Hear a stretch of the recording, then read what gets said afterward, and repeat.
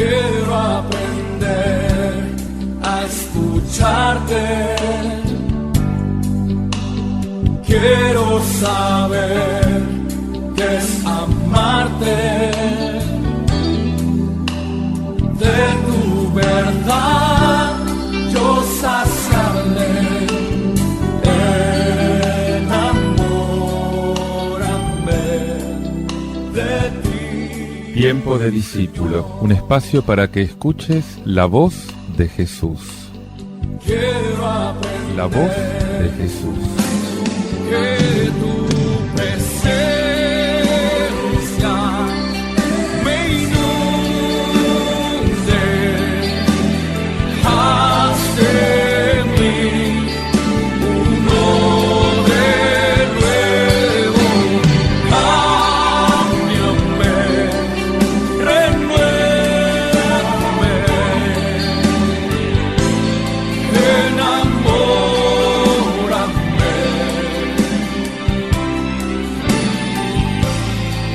Enamórame de ti, Señor. Paz y bien, te habla Fray Alejandro. De nuevo nos encontramos en este remanso de espiritualidad que el Señor nos regala para sumergirnos en este océano fresco de la palabra de Dios, para permitir que esa palabra renueve nuestras vidas, que esa palabra corra por las venas de nuestro espíritu y nos dé esa vida nueva, esa vida plena, esa vida que Jesús vino a traernos. Quiero presentarte ahora un texto tomado del segundo libro de Samuel, capítulo 15. Escucha lo que te dice la palabra. En aquellos días, uno llevó esta noticia a David: los israelitas se han puesto de parte de Absalón. Entonces David dijo a los cortesanos que estaban con él en Jerusalén: huyamos, que si se presenta Absalón, no nos dejará escapar. Salgamos a toda prisa, no sea que él se adelante, nos alcance y precipite la ruina sobre nosotros, y pase a cuchillo la población. David subió la cuesta de los Olivos, la subió llorando, la cabeza cubierta y los pies descalzos, y todos sus acompañantes llevaban cubierta la cabeza y subían llorando. Al llegar el rey David a Bahurín, salió de allí uno de la familia de Saúl, llamado Semei, hijo de Gerá, insultándole según venía, y empezó a tirar piedras a David y a sus cortesanos. Toda la gente y los militares iban a derecha e izquierda del rey, y le maldecía: vete, vete, asesino, canalla, el Señor te paga la matanza de la familia de Saúl, cuyo trono has usurpado. El Señor ha entregado el reino a tu hijo Absalón, mientras tú has caído en desgracia porque eres un asesino. Abisai, hijo de Zeruyá, dijo al rey: ese perro muerto se pone a maldecir a mi señor, déjame ir allá y le corto la cabeza. Pero el rey dijo: no se metan en mis asuntos, hijos de Zeruyá. Déjenle que maldiga, que si el Señor le ha mandado que maldiga a David, ¿quién va a pedirle cuentas?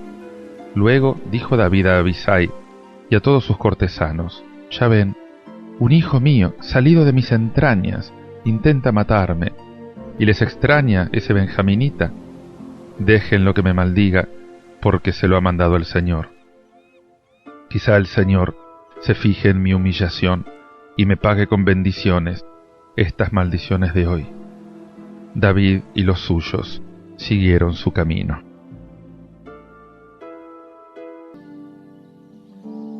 David huye ante su hijo Absalón. Ya meditamos en otro momento la profecía de Natán, esa profecía que prometía la estabilidad a la familia de David hasta el final de los tiempos. Y de hecho vamos a ver las intrigas, las bajezas, los homicidios. Es que el trono real es una presa.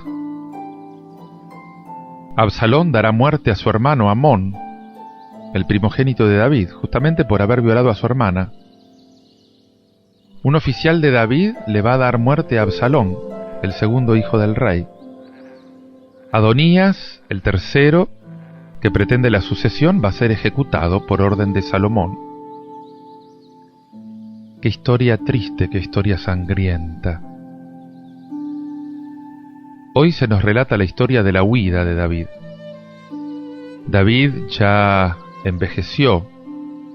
Su hijo, Absalón, quiere arrebatarle la corona. Es el conflicto entre las generaciones. No es de hoy, siempre existió. Ese enfrentamiento entre los hijos mayores y sus padres, que es cosa de siempre. Yo te ruego, Señor, que en los conflictos existentes en nuestras familias, tu perdón, tu reconciliación, finalmente puedan triunfar.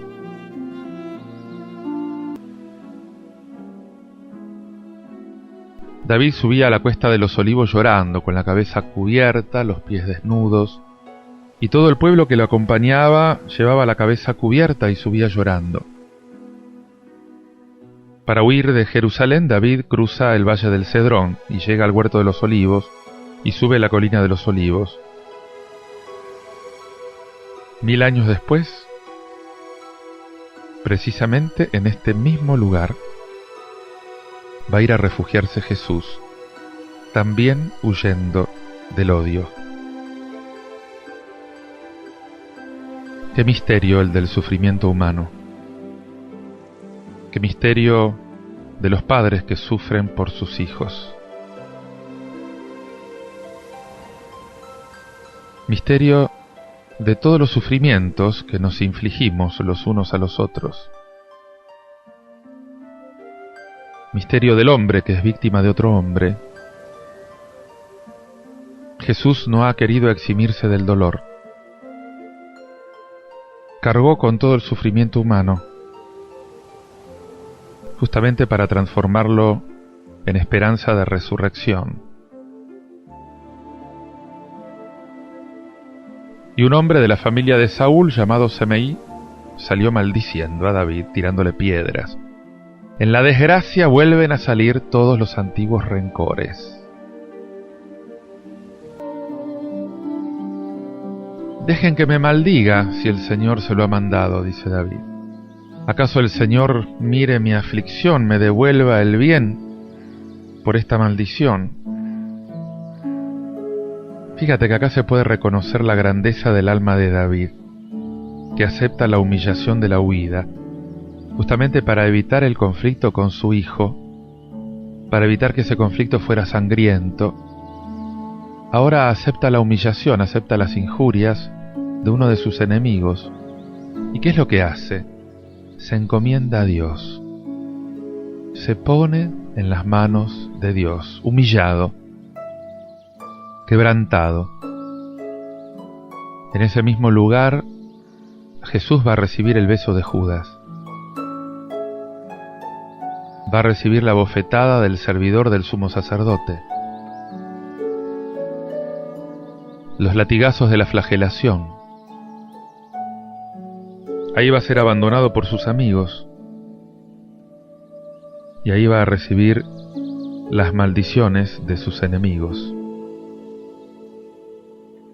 Al igual que David, Jesús va a poner su confianza en Dios y va a perdonar a los que le hacen daño. Padre, perdónalos, porque no saben lo que hacen. Y a la escalada de violencia, David contrapone la misericordia. Fruto de su experiencia, de la misericordia de Dios con él.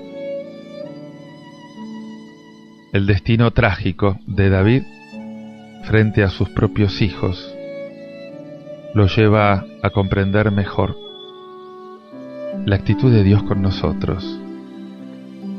Él nos perdonó, ahora nos toca perdonar a nosotros. Te invito a que medites en todo esto escuchando este tema musical del grupo Roca Eterna, Salmo 51.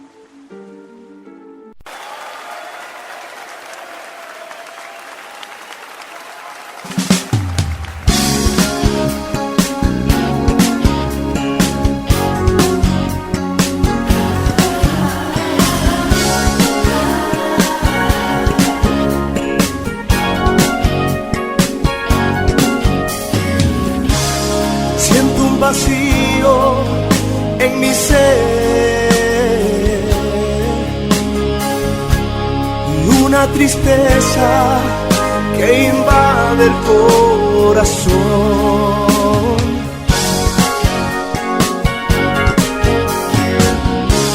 Tinieblas que agobian mi vida y un rayo ilumina mi corazón y alguien me dice: contigo yo estoy. Mi vida yo di para darte salvación. Yo soy Jesús.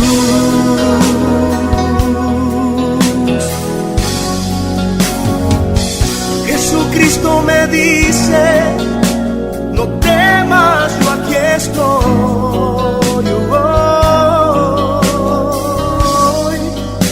Yo escucho tu clamor.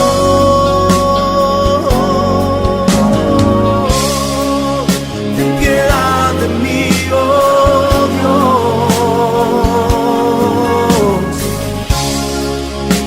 Moldéame, Señor.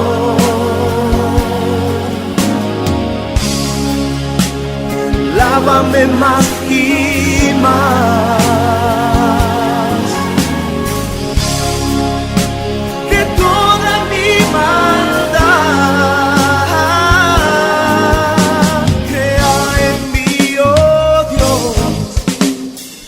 Corazón limpio y recto,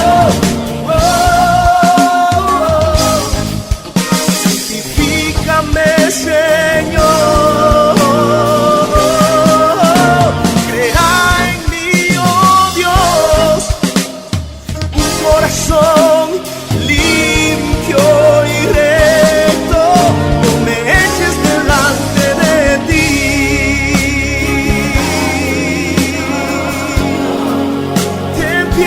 De mí,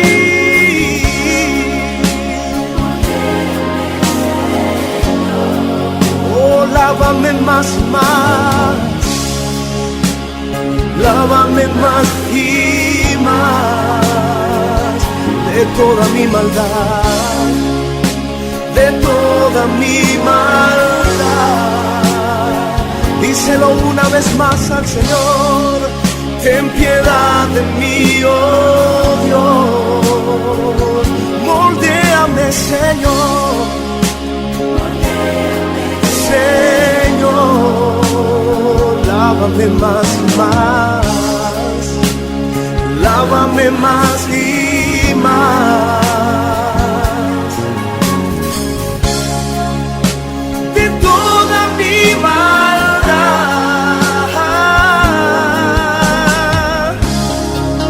Ten piedad de mí, oh Dios. Moldéame, Señor.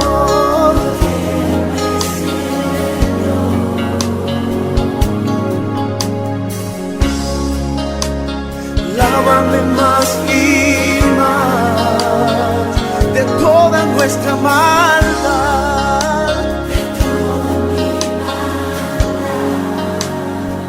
Levante su voz y dígaselo una vez más: ten piedad de mí, oh Dios.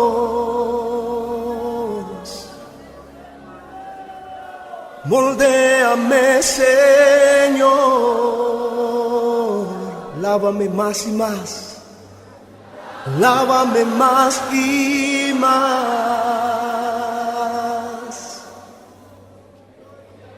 de toda mi maldad.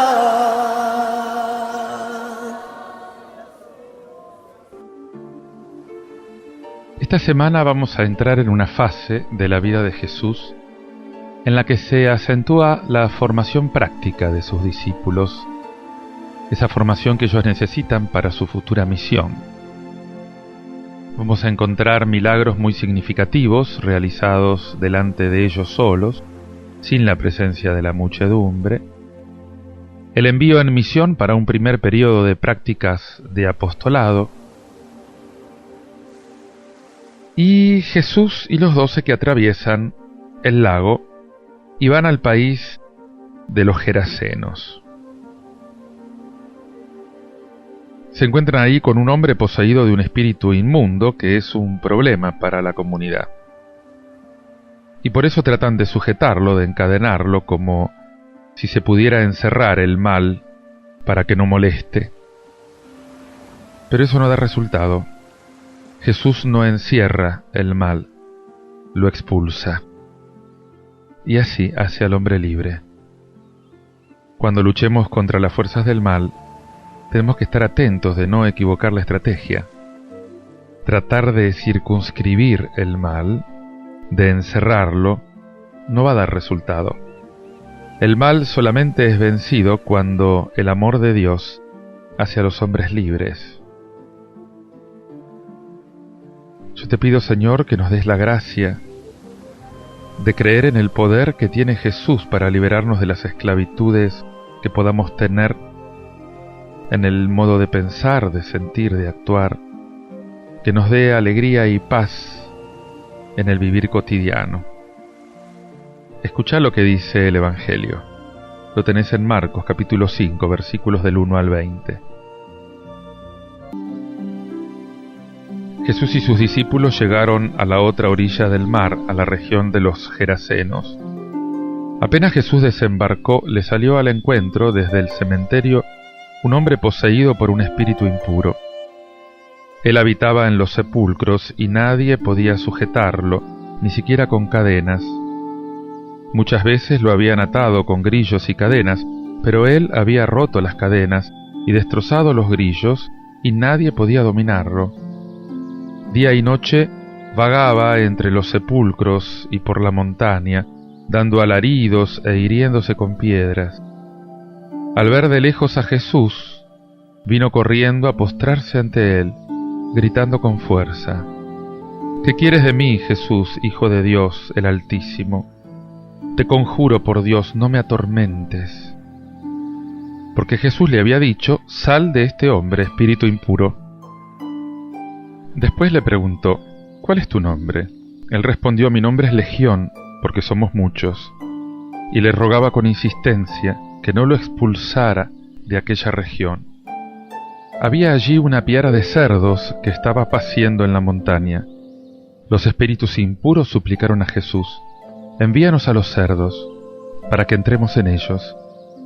Él se lo permitió.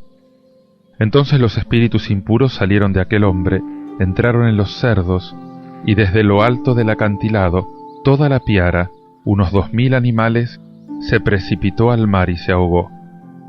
Los cuidadores huyeron y difundieron la noticia en la ciudad y en los poblados.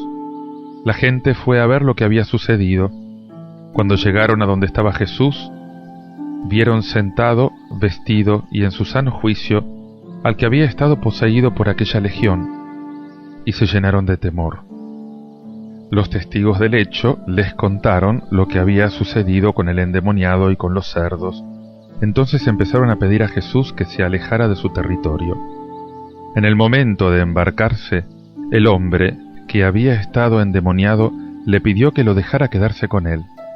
Jesús no se lo permitió, sino que le dijo: vete a tu casa con tu familia y anúnciales todo lo que el Señor hizo contigo al compadecerse de ti.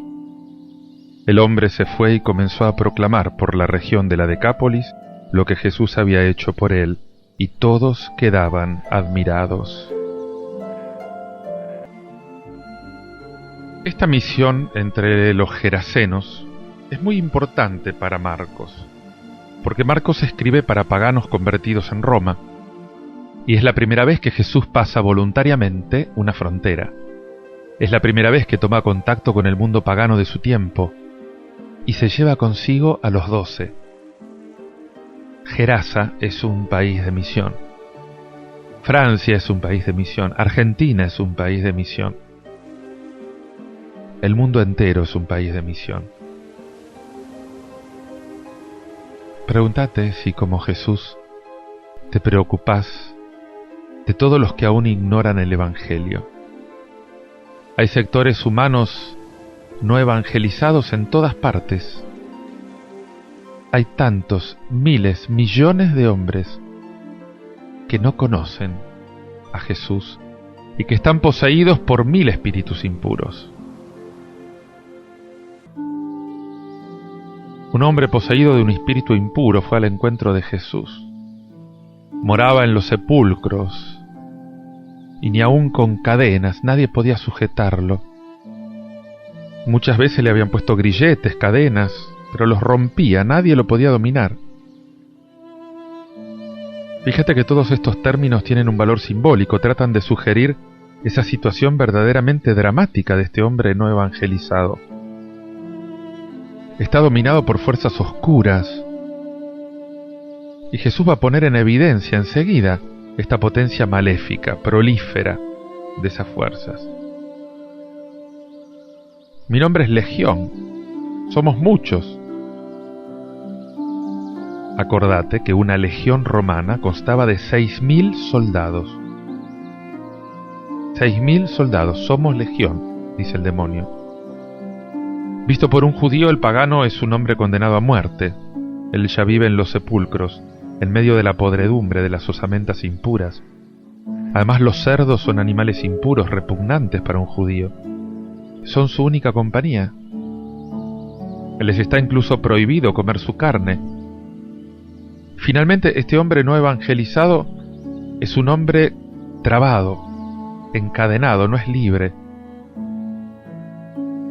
Pregúntate si vos mismo no conservás también algunas cadenas o algunas ligaduras.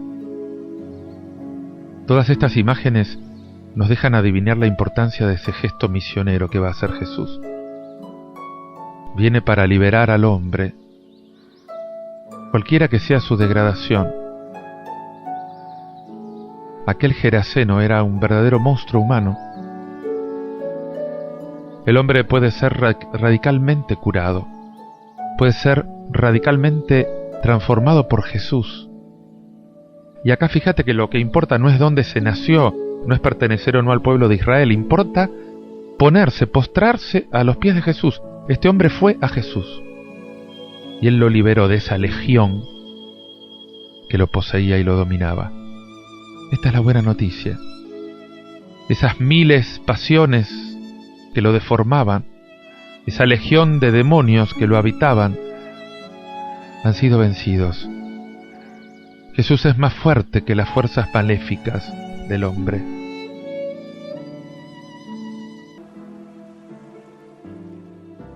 Y la gente fueron a ver lo que había sucedido. Ven al endemoniado sentado, vestido, en su sano juicio. Y el hombre se fue y comenzó a predicar en la Decápolis todo lo que había hecho Jesús. De un bruto inmundo Jesús hizo un hombre equilibrado, normal, un hombre en su sano juicio, un hombre cuya vida ahora tiene un sentido, tiene un propósito. Incluso se transforma en un apóstol porque va a los suyos, a los paganos como él antes, les anuncia la buena noticia, les anuncia la transformación que Jesús había realizado en su vida, es testigo. Dos advertencias para orar a partir de este texto. Primero, la frontera del paganismo pasa por nuestro propio corazón. Hay en mí algunos sectores que hay que salvar. La misión es una característica esencial de la Iglesia. Hay que ir a todos aquellos que están esperando todavía su liberación, sin encerrarse en ningún medio cristiano. A todos les debemos este anuncio. Pensalo y déjate impactar por esta necesidad de evangelizar, por este mundo que todavía necesita recibir las aguas frescas de la salvación. Te invito ahora a que medites en todo esto escuchando este canto de Gianni Celaya, El Plan.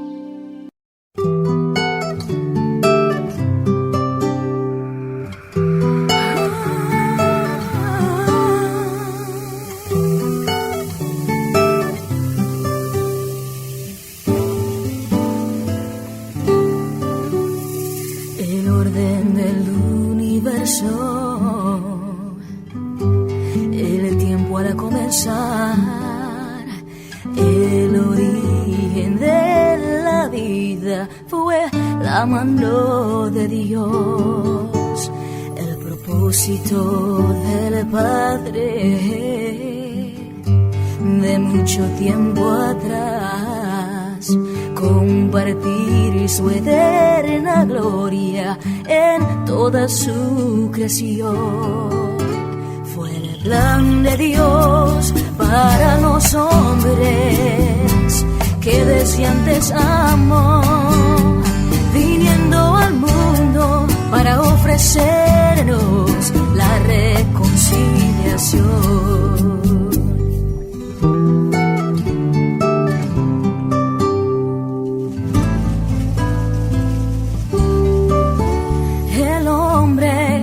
Desde el principio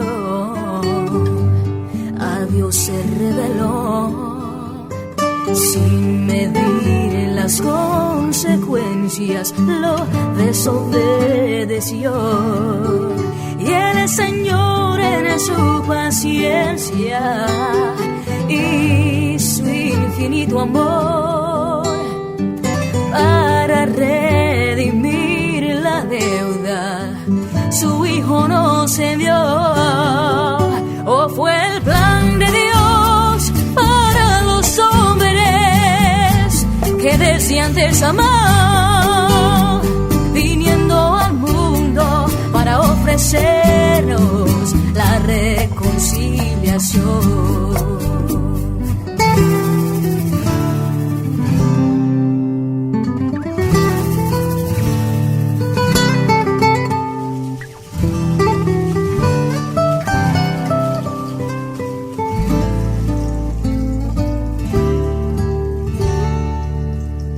Hace más de 20 siglos